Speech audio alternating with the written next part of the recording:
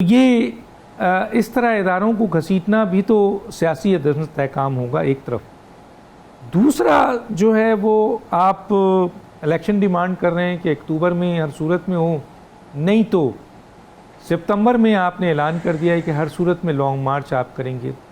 تو سر یہ long march کریں گے تو اس سے سیاسی عدم استحکام اور مزید بڑھے گا اور اس سے معاشی مسائل اور بڑھ جائیں گے اور ملک کو بھی نقصان پہنچے گا اور جمہوریت کو بھی پہنچ سکتا ہے. جی علی محمد خان صاحب.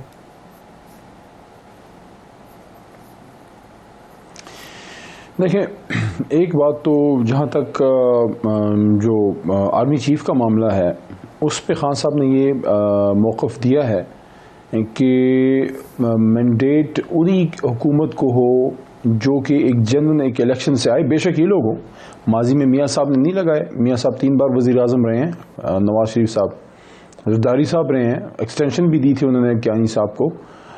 لیکن کیا اس بات سے کوئی انکار ہے کہ یہ ایک ہائیبرڈ پلس ٹائپ کی رجیم ہے؟ آج سے 6 مہینے پہلے جو ہے مسلم لیگ نون کے یا پیپلز پارٹی کے کسی شخص کو نہیں پتا تھا کہ وہ حکومت میں آئیں گے. عدم اعتماد کی بات امریکنز کر رہے تھے اور سیکرٹ سائفر بھیجا جا رہا تھا, اور یہاں ان کے پارلیمانی لیڈران تک کو نہیں پتا تھا. وہ وہاں کہہ رہے ہیں کہ عدم اعتماد کامیاب ہو ورنہ پاکستان کو سنگین نتائج بھگتنے پڑیں گے, اور عمران خان صاحب کو اتارو کرسی سے. اور یہاں ان کو پتہ بھی نہیں تھا کہ عدم اعتماد ہم پیش بھی کر رہے ہیں. میں پارلیمنٹری افیئرز منسٹر تھا, میرے نالج میں نہیں تھا, آتے وقت تک ان لوگوں کو نہیں پتا تھا. اور یہ کوئی مذاق نہیں ہے ڈاکٹر صاحب کہ کیا پاکستان پہ حملہ وہی حملہ ہوگا جو کوئی بارڈر کراس کر کے یا کوئی خودکش بمبار ہوتا ہے, یا پاکستان کے اسٹریٹجک ایسٹس پہ باہر سے حملہ ہوتا ہے؟ کیا پاکستان کا وزیر اعظم پاکستان کا ایک اہم ترین عہدہ نہیں ہے؟ اگر سیلف انڈیجنس ایک موو ہو عدم اعتماد کی, وہ تو ایک پولیٹیکل پروسیس کا حصہ ہے, اس پہ تو ناراض ہی نہیں ہونا چاہیے. ماضی میں ہوا, مجھے یاد ہے میاں صاحب کا شاید پہلا دور تھا جب ان کے خلاف آئی تھی, ان کی حکومت جب بینظیر صاحبہ کے خلاف آئی تھی اور میاں صاحب کی حکومت ختم کی گئی تھی, سپریم کورٹ سے بحال ہوئی, اس کے بعد کاکڑ فارمولہ کے تحت شاید جانا پڑا, وہ چلے گئے.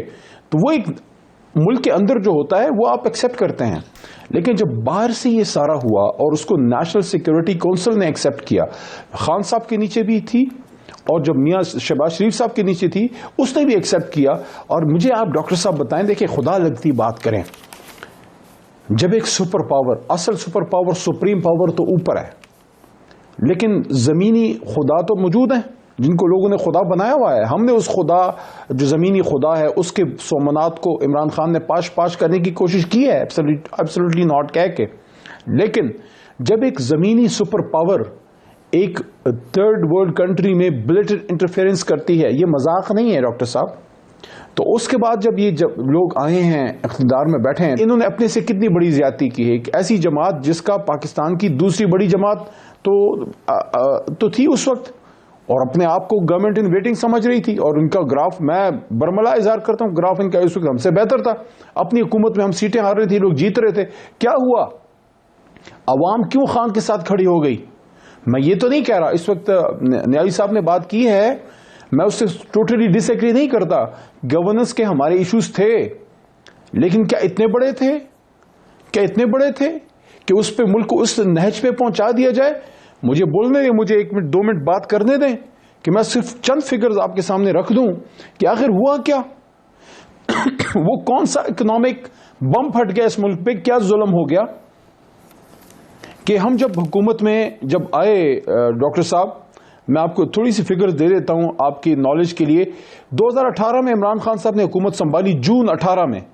ہمارے ابھی طلال بھائی نے بات کی ہے, میں فکس فگر سے بات کروں گا, میں اپنے سے کوئی نہیں بات چھوڑوں گا. فگرز آپ کے سامنے رکھ دوں گا, پھر میں طلال بھائی سے بھی پوچھ لوں گا اور آپ کے بھی سامنے بھی رکھتا ہوں کہ ہمیں ملک ملا کیسے, ہم نے چھوڑا کیسے, اور اس 4-4.5 مہینے میں آخر ہوا کیا. جون 2018 عمران خان وزیر اعظم آنے سے پہلے فورن ریمیٹنسز تھے 19.9 ارب ڈالر. میاں صاحب نے کتنے چھوڑے؟ بھول جائیں شیخ خاقان صاحب, میاں صاحب was the man in charge. 19.9 ارب ڈالر آپ کا جون 2018 میں ریمیٹنسز تھے. ہم جب جون 2022 میں ہم ان کو جب سارا ہینڈ اوور ہوا ہے یا چین کے دیا گیا ہے 31.3 ارب ڈالر.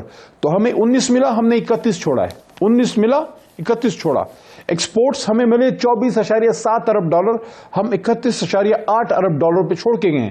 تو ایکسپورٹس بڑھا کے گئے, فورن ریمیٹنسز جو ہیں وہ بڑھا کے گئے, کرنٹ اکاؤنٹ ڈیفیسٹ کم کرا کے گئے, ان کا 20 تھا ہم 16 پہ چھوڑ کے گئے.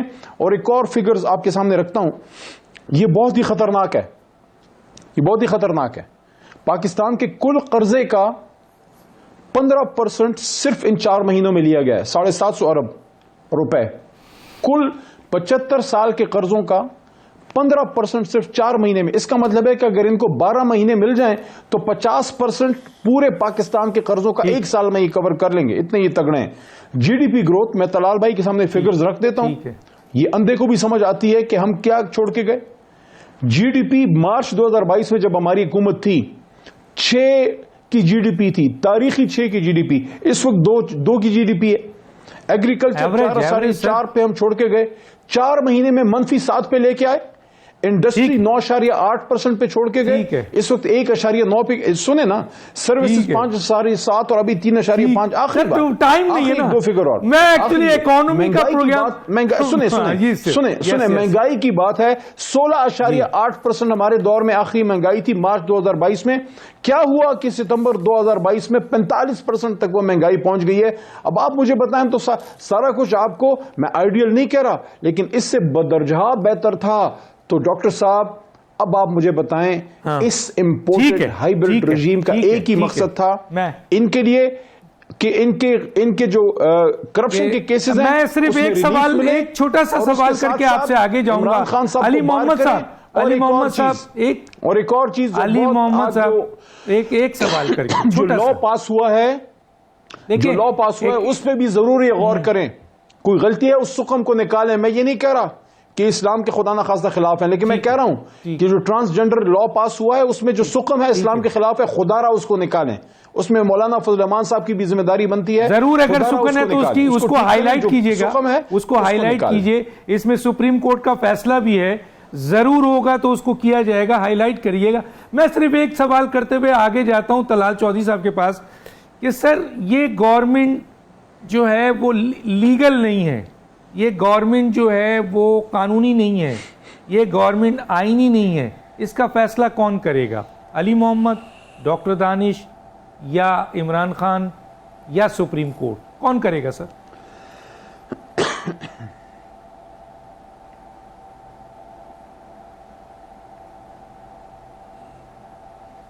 چلیں میں طلال چودھری صاحب کی طرف آ جاتا ہوں.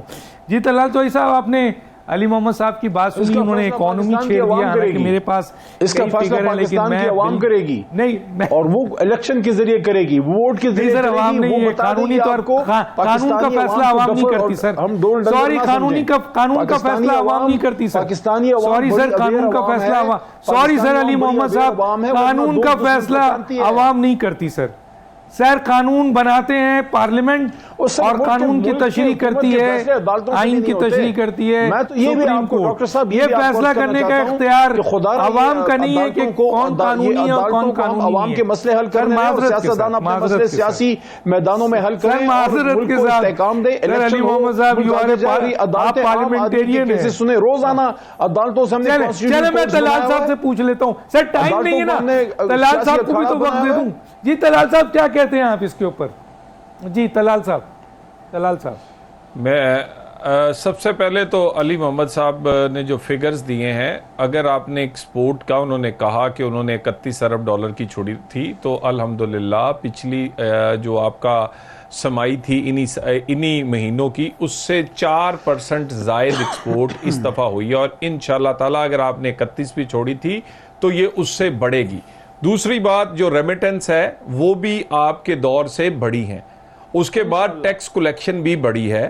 اور رہی صحیح, یہ مجھے بتا دیجئے کہ کیا ہم نے تو مانگ کے وزیر خزانہ نہیں لگائے ہوئے, ہم نے تو کہا ہے کہ ابھی ہمارے پاس اور بھی بہتر آپشنز تھیں اگر ہمارے ساتھ ظلم زیادتیاں نہ ہوئی ہوتی ڈار صاحب کی صورت میں, مگر اس کے باوجود ہمیں کیا ضرورت ہے کہ ہم آئی ایم ایف کی ڈیل کے لیے آپ کے کیے ہوئے جو معاہدے ہیں اس کے ترلے منتے اور وہ ساری چیزیں پوری کرتے.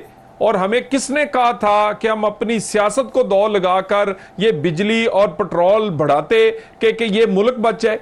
ہمیں اگر ایک طرف پہ ملک اور دوسری طرف پر صرف اگر الیکشن نظر آ رہا ہو تو بڑا آسان ہے. علی محمد صاحب ایک تقریر نواز شریف کرے گا, یہ یہاں بجلی کے بل بھی لوگوں کو معاف کر دے گا, یہاں پر وہ کہے جی یہ پٹرول بھی, اور اس کے بعد وہ کہے ملک جہاں جاتا ہے جائے, میں اپنا الیکشن اور اپنی پاپولیرٹی انجوائے کروں.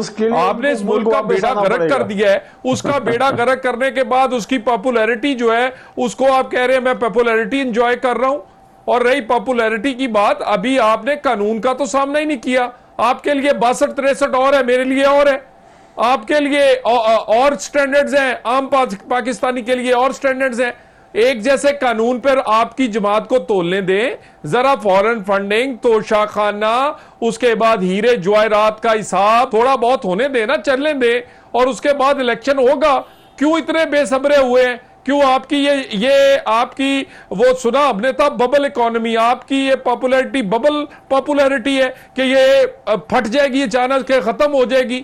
کسی لیے آپ کو بڑی جلدی ہے کہ کسی نہ کسی طرح الیکشن ہو جائے. صبر کریں, 8-9 مہینے بعد, سال بعد الیکشن آ جائیں گے اور پاپولیرٹی کا پتہ چل جائے گا. ذرا صبر و تحمل سے یہ گزارے, اور اگر بڑی جلدی ہے تو کے پی اور پنجاب کی اسمبلیاں توڑیں, ہم الیکشن لڑتے ہیں ادھر, وفاق کا بعد میں لڑ لیں گے.